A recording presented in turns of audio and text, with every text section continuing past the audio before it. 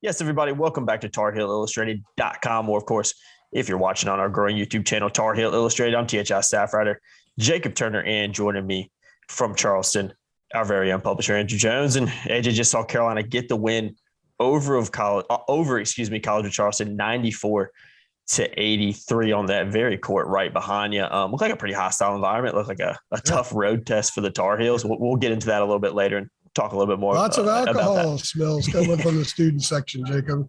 Lots of F words. I did see a couple of videos from before the game with some of those expletives, which we won't go into. But, yeah, it looked like a pretty raucous environment over there. And I'm sure it was a refreshing one because we haven't seen environments like that in a while. So, first thing I want to talk about, though, AJ, I thought Caleb Love had a really nice second half in particular. I know Armando Bacot kind of stole the show with his big game, 24 points, 12 rebounds, 6 blocks for the big man, shot 10 to 12 for the floor. But the way Caleb Love took over in that second half was big. 18 points, 4 assists in the second half alone, finished at 22.7 rebounds and 6 assists. So I know that kind of concluded with Carolina when they started to pull away a little bit. Caleb Love was a big reason for that. And, a really good second half for him that ultimately, kind of helped Carolina get the win.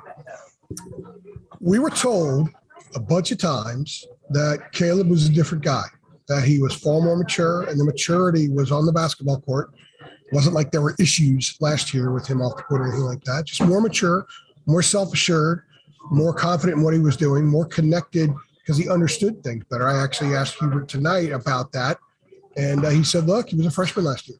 He's a sophomore now, and he's made those kind of jumps that you make from your freshman to sophomore year. But he was a different level sophomore in the last 12 or 14 minutes of the game tonight, Jacob, because I loved it. I was taught Brandon P., one of our staffers, was sitting next to me on press row, and I showed him a graph I wrote that was actually going to be in the 5 takeaways, but he just kept doing it.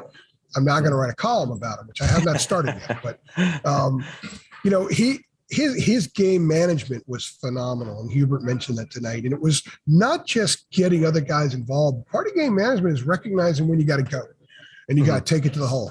You go right, you got a body on you, you score. You go left, you got a body and you score. You get to the free throw line. And, when you're driving and you're drawing fouls and you're scoring points at the line, it demoralizes the opponent. And I thought Caleb, more than Armando, demoralized the College of Charleston tonight, because Armando was scoring in the first half and kept them in this thing. They weren't playing well, but Armando was getting a line. He wasn't hitting a lot of free throws, but he hit some of them. And he also was scoring around the basket and just showing us, again, his evolved game. But Caleb was a different guy those last 12 minutes or so of the game. Last year against Duke, he was phenomenal. He was hitting shots, but he did this, the kind of player that everybody saw in high school. When David Sis talks about Caleb Love needs to be like he was in high school, we saw that tonight. And I'll tell you what, I asked Armando what the difference was when he's watching Caleb do what he was doing. What was it? He said that was high school Caleb. That was the kid who went into a gym and it was full on the road, and everybody in the building knew he was going to score. He was going to try to score, and he did it every time. That's what he did tonight. And guess what? He also had 6 assists, 7 rebounds. He had Carolina was not very good on the glass for a long time, but they progressively got better. And one of the reasons was the guards were getting boards. Leaky got a few, but Caleb got 7. He had 6 assists. The 4 turnovers are what they are. And I think we're going to have that every once in a while. We're going to see that from him every once in a while. But the 6 assists were phenomenal because he's clearly up those numbers. And just the recognition of everything around him. Even some of the stuff when they set up a couple of threes for Kerwin, those were called plays that the guy at the point had to manage the possession to get those threes to Kerwin. One of them was behind a beautiful screen from Dawson Garcia. And the other one was 72-71. And Hubert called a 3. Top of the key for Kerwin, and he banged it. And Caleb allowed that to happen. He's a big reason why that happened. He was phenomenal in the second half. And if that's the guy Carolina sees the rest of the way on a good bit of the time, it's going to be a good basketball team. It's going to get progressively better because he was sensational tonight.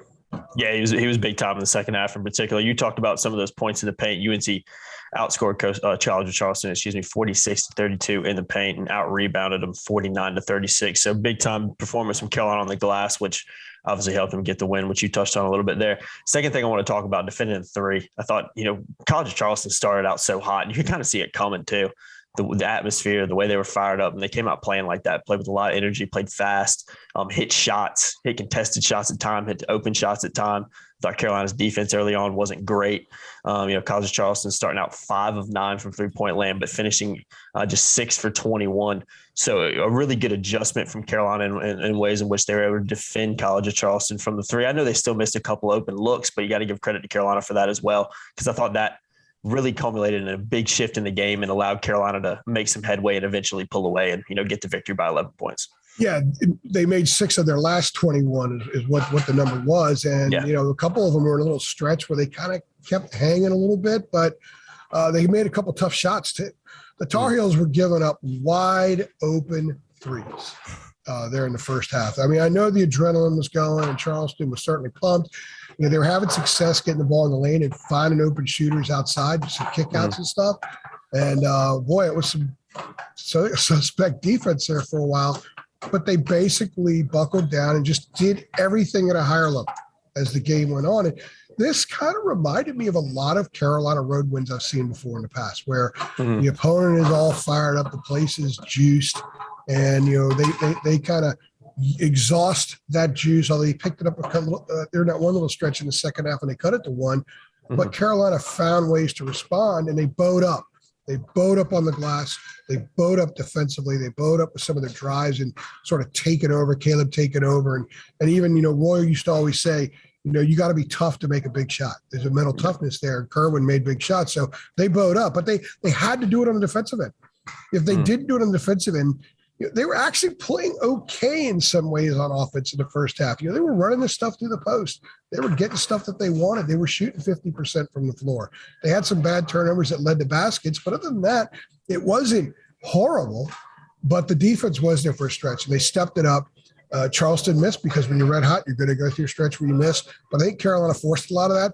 And I also think when Carolina started scoring in a bunch of different ways, it stressed Charleston. Great offense, conserve a little bit as defense because it puts pressure on the other team to keep scoring, to keep it up. Charleston wasn't able to do that, and I think that Carolina defensively gave itself a chance to win the game. I think Caleb and what he did, some of those big threes by Kerwin, is why they won the game.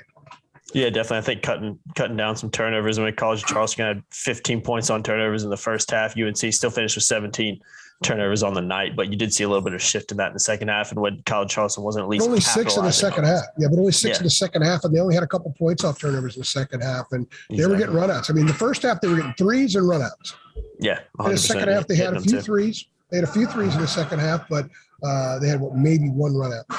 Yeah, it was definitely a shift in that, and credit the adjustments, if any, that were made at halftime on that. But AJ, last thing I kind of want to talk about, I think, what does this win mean? We talk about a lot about this kind of stuff at the end of our 3 things, but I tweeted it out after the game. I thought it was an important win. A tough road environment. Hubert Davis is obviously his first true road test. Some of these players' first true road test. A part of the program as well. So coming in an environment like that against a solid team, well-coached team, a team that, obviously had a lead for a big chunk of the game as well. I think Carolina's biggest lead at one point was like 4 points, and I think that came around like the 13-minute mark in the second half. So very tough game for the Tar Heels overall, but getting the win, it gets a lot tougher this weekend in particular. It's not a quick turnaround for the Tar Heels, but a good win nonetheless, and like I said, a tough environment. They've been pushed. So they've had to dig down into some reserve and find some stuff. Now, you don't want to regularly be pushed by teams from the CAA and the Ivy League and so on, and the Patriot League and that kind of thing. But if you're going to push, get something out of it. And we saw the way RJ lifted the team up the other night against Brown. That was the thing that's going to help him and help them moving forward. Everyone's going to have a couple of games that are just not great, and a much lesser team, makes a run at them. Tonight, I think it's different. I think Charleston's a pretty solid club. In this building, they're a really solid club, certainly for this time of year. There are a lot of other clubs that are at home playing directional hyphenated U over and over and over. And there begins a point where it's, they don't really get a lot out of those games. I thought Carolina got a ton out of tonight. Now, they could still really be bad this weekend because those are some monsters. And Purdue is unbelievably good, and they got a huge dude in the middle that's going to be really interesting to watch Armando go up against him. And we'll preview this weekend later on in the week. But I thought tonight was great for them because they had to deal with the elements, right? We didn't have this a year ago. I was showing Brandon pictures of some stuff from last year where there was nobody in the arena. Mhm. You know, when Kerwin stepped up, made a bunch of big threes against Kentucky last year in Cleveland, I'm sitting in and you look around, there were like 100 people in the building total. And that includes security, media, game personnel, and the teams. And tonight, I know it's 5,100, but it sounded like a lot of full ACC venues because the noise just enveloped you in here. I mean, I'm sitting here doing my work and I'm thinking, boy, this is like old times. It's great. This is like Cole Fieldhouse back in the day, or even Comcast Center. You know, it's not Cameron, but it's, you know, maybe what U-Haul was at UVA when they were going, or a lot of those places in the ACC. So that was part of the element that they had to deal with that they haven't had to before. And they had to play right basketball. They looked like North Carolina. They ran some sets that were new. Some of those, with that 1-3 that Kerwin got when he shot over the Dawson Garcia screen, that was new. They had a couple of wrinkles that I saw that were effective, but a lot of the stuff they did was just basic North Carolina basketball.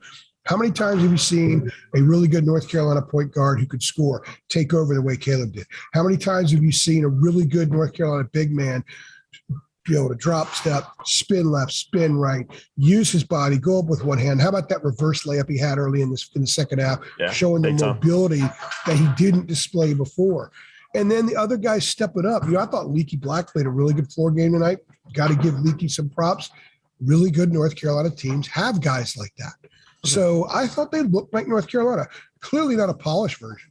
Clearly a version that needs a ton of work. But we didn't see it so much in the first two games or even in the exhibition, right? But we saw it tonight.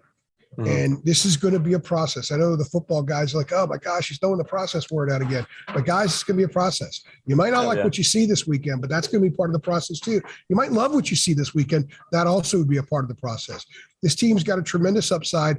It's going to be a long road to get there with various hurdles and divots and sidebars and everything else. But they have shown healthy snippets in the first few games that the parts that we thought they had, they do have. And they have a chance to be a really good basketball team. It's going to take a while. But tonight I thought was a big step. And Hubert was really pleased. Hubert loved the fight with the team tonight. He loved the grit. You know, if you could sit down in September as a coach and script out a couple of things, I think you would love every coach in America at a Power Five would love to have a game like this and come out the way they did. But so many are so afraid to schedule these games. But North Carolina isn't. And there's a reason North Carolina's won more NCAA tournament games in the last 18 years than the program. Mm-hmm. So they do stuff like this, and it helps them down the road.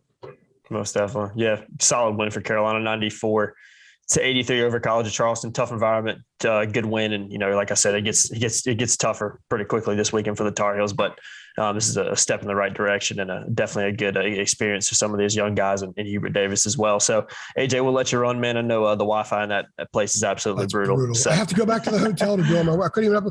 Just so everybody knows, we stuff went on Zoom tonight. So we got Hubert, we got RJ. Hubert, we got Caleb and Armando in the press room, and then outside the locker room, we got Kerwin. We got 3 videos that we didn't do Zoom. This is like going back to normal in a lot of ways, except for the mask. But those will be coming off soon, hopefully, too. Yeah, most definitely. Yeah, we'll get those videos uploaded as soon as we can. It might take a little bit extra time, but I have to go back to the hotel to do it because the Wi-Fi here sucks. Yeah, brutal. So AJ, we'll let you run, man. As always, guys, thanks for watching. Make sure you like, share, subscribe, hit that notification bell as well. And for all your post-game coverage from tonight's game, make sure you check out TarHeelIllustrated.com. Link is in the description below. And as always, guys, thanks for watching.